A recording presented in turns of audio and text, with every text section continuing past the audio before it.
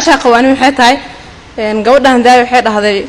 wiilka marka dooranaysid waa inaad ku doorataa nasabnimadiisa iyo diintiisa inaad ku dooratid tusaale ani wiilkan xiriira wada bilawnay diintiisa ku qancay nasabnimadiisana waa ku qancay laakiin reerkay kuma aysan qancin waxa jiro xeer Soomaaliyeed lagu dhaqmo ah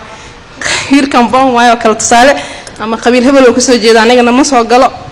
wiilkii anigina xiriirkeen meel fiican oo maraan xarna inaan isguursado sayarba marka macnaa xal saah macnaa markaas aan qaadana go'aan ka soo noqona midaas arbaan liiga jawaab waa su'aal muhiim ah hadii aan u guda galno waxay dhahday hadii uu wiil isoo doonto ama aan wada heshiino faamilkana uu diidan yahay in wiilkaas aan guursado sidee baan wax ka yeelaa in badan problem waxa jiro badan ee Soomaalideena aanan si fiican aysan u xaqiijinin wax walba dunida xal ayaa loo helaa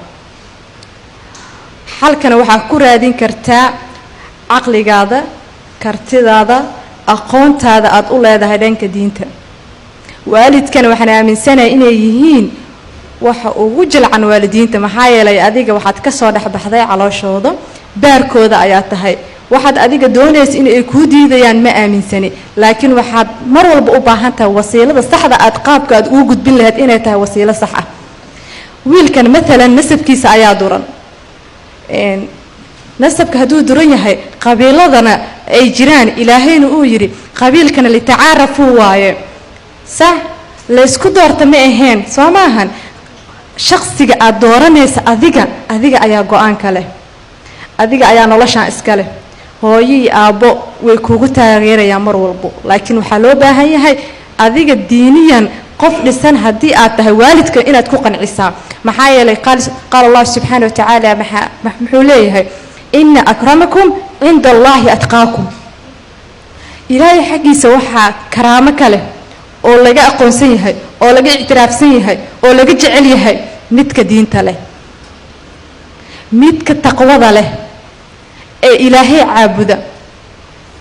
adigana naarta ayuu ka badbaadinaa insha Allah maxaa yeelay waxaad aaminaysaa inuu yahay midka kaliya noloshaada badbaadin kare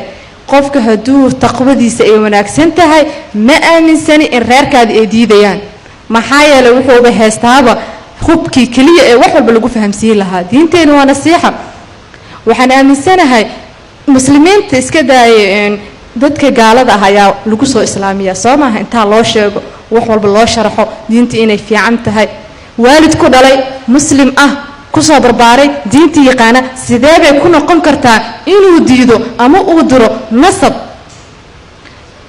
ninkii ragaha ee dooranay gabadha saxaabi ayaa jiri Soomaha xadiiska Nabi sallallahu alayhi wasallam oo ahaa oo sidee baan ku doortaa xadiiskaas wuxuu ahaa inuu dhahay wali jamaliha wali hasabiha wali diiniha wali maaliha maxaa la soo celiyay wali diiniha markii la dhahay diinti ayaa asal Soomaha fadfir bidaati diin taribad yadak maxaan ku taagtaagsanaynaa maanta aan rabnaa inaan bayaanino qofka diinta leh qofkan diinu leeyahay taqwadiisu way wanaagsan tahay reerkaadana way ku qancayaan kaliya adiga ha durin maxaad u duraysaa adiga ha u bayaaninin inaad durtid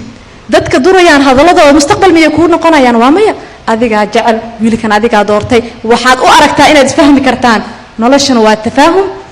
baynakum labadiina dad hadaad isfahmi waysaan ma aaminsani in dad kale isfahamsiin karaan waxaan aragnay qoysas la isku daray gabar iyo wiil